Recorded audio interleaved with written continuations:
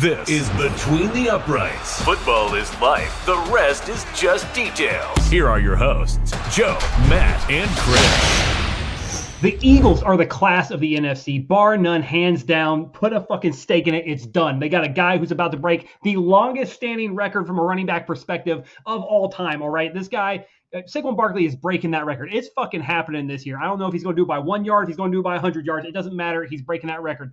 That's what everybody wants to hear from me right now after the Lions have struggled. You know what? That ain't fucking true, okay? It's not. The Lions are still the class of the NFC. You don't believe me? There's one thing I got to say, all right? It's under center, okay?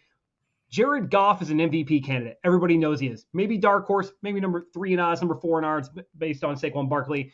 You know where Jalen Hurts is in the discussion? He's not in the discussion. He's not even in the realm of the discussion. He's not even in the same state as the MVP discussion, all right? That's how far off the passing game is in Philly right now, okay? They will be lucky to have 1,000-yard receiver at the end of the season based on the statistics and the numbers I am seeing from that wide receiver corps. They are a running game held by one man and one man only. And you want to know something else? There has been 7 teams in NFL history that have had 2,000-yard rushers on the roster in one season. And you know what's going to be making number 8 this year, baby? The Detroit Lions. Yes, that's right, baby. They're going to have 2,000-yard rushers. And you want to know the greatest thing?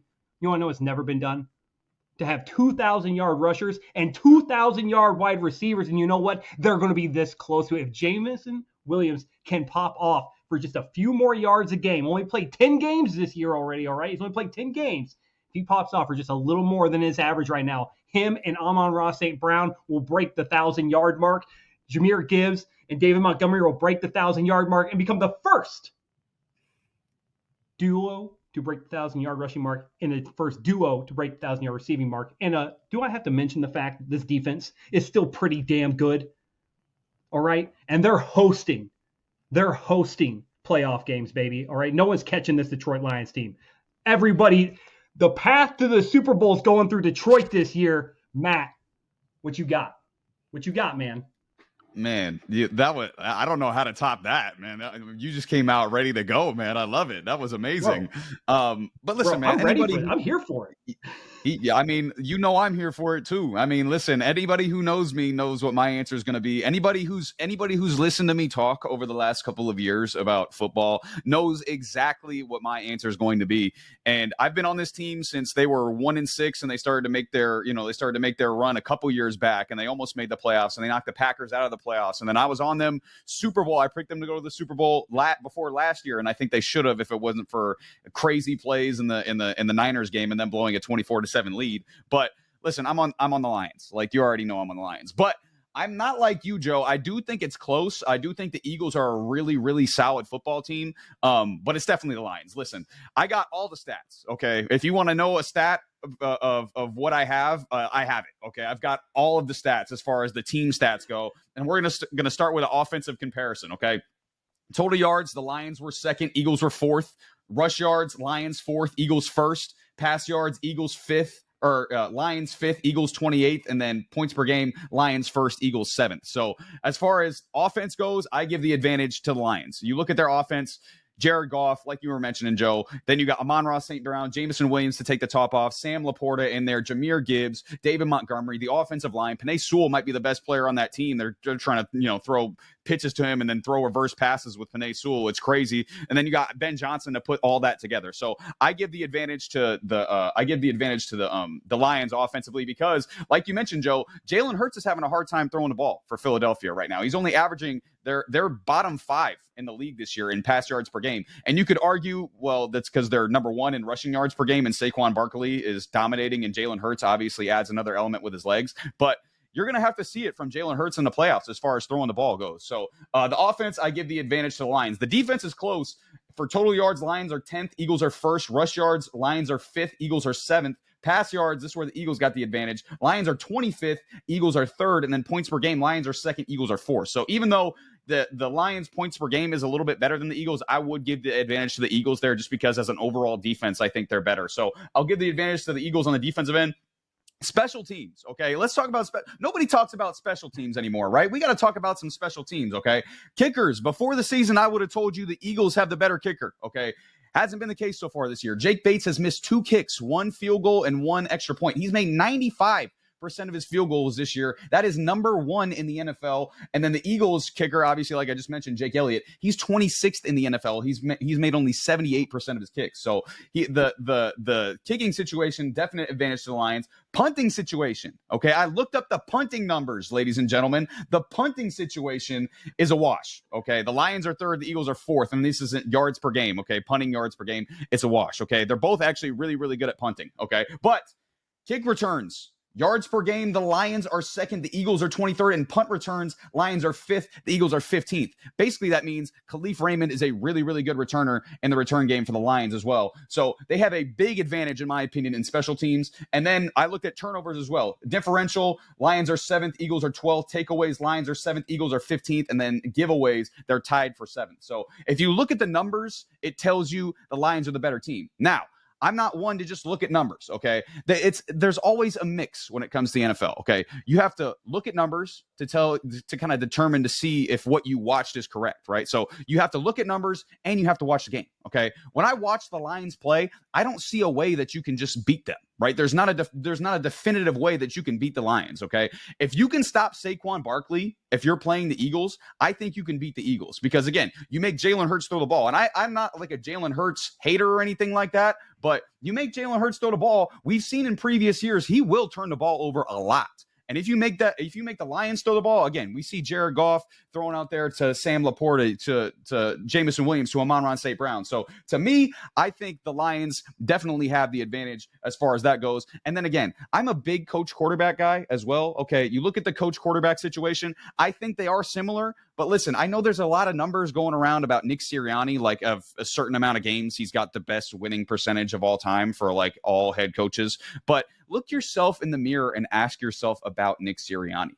Do you really think he's one of the 5 best coaches in football? Do you really think he's one of the 10 best coaches in football? Because I personally do not. I will take biting kneecaps Dan Campbell over Nick Sirianni 100 times out of 100. So with all that being said, yes, I do believe the Detroit Lions are definitely the number 1 team in the NFC right now. And you're right. I mean, I can't argue with none of that, right? I can't. But I do have one thing to say. Trying to stop Saquon Barkley and actually stopping Saquon Barkley are two entirely different things. It's like saying, we're going to load the box on Derrick Henry. Boy's still going to get 5 yards to carry. Like, that's stopping Derrick Henry, all right? To the point about the Lions and their strengths, one of their strengths is stopping the run, and it's been stopping the run basically since Dan Campbell got there. They've been a top 5 rush stopping the run team in football the last few years, and we saw the Ravens last week bottle Saquon Barkley up for the first 3 quarters, and then obviously Saquon started to get loose in the fourth a little bit. But if the Lions can do that through 3 quarters, the Ravens offense wasn't hitting against the Eagles defense. I think the Lions offense is going to be hitting way more than the Ravens offense is than the Ravens is against the Eagles. So I still think they can bottle up Saquon enough to get over the top against the Eagles. So. Yeah, absolutely. But like you said, I mean, that defense, 25th against the pass. You have the 25th in passing yards offense. Mm-hmm. Which one of those weaknesses is going to be strong enough to stop the other? That's what that game's going to come down 100%. to. But Chris, Matt and I have been talking this whole damn time, spouting all this shit, and we ain't giving you a chance. So who is it? Are you going to follow our lead here, or are you going with the Eagles? Tell you something, man. I just love this conversation so much because it's just such something that it's invigorating to have this type of conversation because of what's happening with these teams and just how to me how close this really is compared to what people were thinking at the beginning of the season when it comes to the Eagles. Because if I'm not mistaken, they missed they lost like two games coming into the beginning of the season. A lot of people were already kind of having that question, like, how far are they actually going to make it? Are they going to, okay, including you? And I love you guys' stats. Absolutely love it. That's why I don't even bother saying it because I already know y'all got that taken care of. So ain't no need for me to even bring those up at all to any degree. But what I will say, as much as I love the Lions, and very similar, I've loved them for several years. I'm obsessed with Dan Campbell. I think he has to be one of the top head coaches that I have seen in a very long time. The grit that he shows his team is absolutely amazing. But for one very big reason, I think the Eagles should absolutely be considered as a number 1 Super Bowl contender over the Lions. And not that I say I don't like the Lions. My concern is their decimation of their defense. That is my concern. That defense is just getting completely obliterated. Every game, you're losing 2 or 3 starters, and at this point, you're probably at your third round, maybe not third round, but like your third group. So for me, when you're looking at the Eagles, what I primarily paid attention to this past Sunday in particular was the Lions against the Bears and the Eagles against the Ravens. Those to me were 2 very big games because both of these teams are coming up against each other. So with the Lions, you almost expect them to show up and show out against lower level opponents. I did not see that with this at all. This was a very, very close game, and they were very close to losing it. If many of you don't see it, if it wasn't completely botched by the by the Bears as far as how they handled the last few seconds of the game, we could be having a completely different conversation. The Eagles, on the other hand, I watched that game and I overwatched it and I overwatched it. And one thing I can tell you is they're gritty. They are gritty. They are sitting here shining at the perfect part of the season. You're going into the tail end of the season, going into the playoffs. You have a number 1 running back who we've just completely talked about the last week or so, as far as where he's at, what he's doing, the stats that he's breaking right now. And just like you said, it's going to be extremely hard to stop him. You can plan for it. Very, very good luck trying to do that, especially with a decimated team. So if you can run the ball, you don't need much, honestly, from your quarterback at this point. And then even if you need your quarterback, you still have A.J. Brown out there busting kneecaps, going through defenders, no holds bar. So they also have literally the number 1 defense right now in the NFC. Not NFC, I'm sorry, in the league. Period. They, from what I looked up, their defense is number 1 in the league. So if you're talking about from just overall looking at things, if they have a top 5 offense, even if it's mostly done by your running staff, you have a top 5 offense and you have a number 1 defense.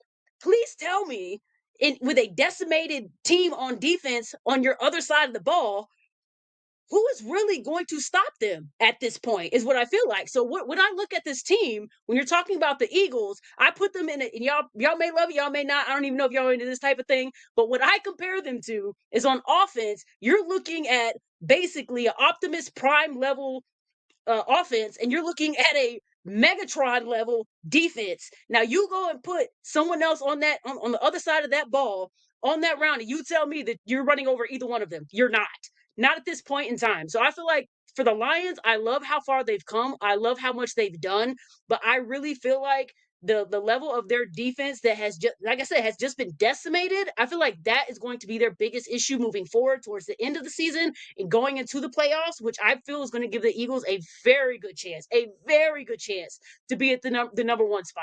100%. Hey, you know what? I love you. I love your Autobots, Decepticons, Transformers shit. You know what? But you know what? You got to go just like Sam Witwicky, all right? You got to go that Shia LaBeouf stuff and just do it. You just got to do it. You got to do it, all right? And that's what the Lions are going to do. I don't give a fuck what anyone got to say right now. I am fully on the Chris, I'm the exact opposite. You're like, oh, I don't jump on the bandwagon. I gotta wait and see.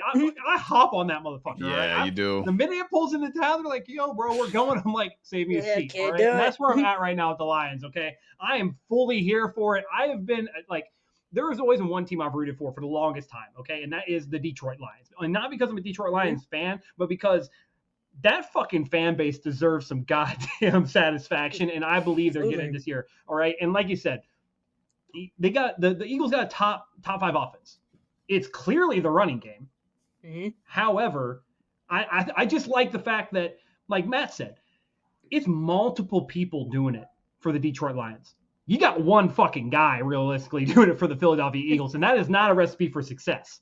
All right, like you very rarely do you got one. The only place you can have one guy doing it for you is under center, and that one guy has to be like Peyton Manning or Tom fucking Brady or Patrick Mahomes. All right, that's the only way you're getting there. Okay, and guess what? Jalen Hurts ain't it.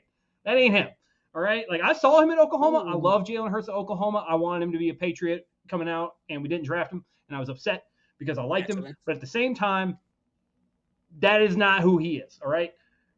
But hey, it don't matter. The schedule's coming down to it. They're closing out the end of the season here. Both of them, Matt, you put this in the chat. They got a few tough games on each of those schedules left, a few divisional games. And that's another thing, Chris. Yep. When divisional rivals play, that record goes where? Where's it go, Matt? Right up your Goes ass. out the fucking window. Goes out the fucking window, No, right up your out the ass. window, Who gives a too. shit, right? Right? Goes right out the fucking window. So that's what I equate that Bears-Lions game to, man. That's a divisional game. That's a rivalry, right? Bears are trying to play spoilers for them, but hey, between the uprights is here for the baby. Which would be it? Let us know in the comments where your loyalties lie, where your passion lies with this. We're here for it, baby. Go Lions! This has been Between the Uprights. Football is life. The rest is just details.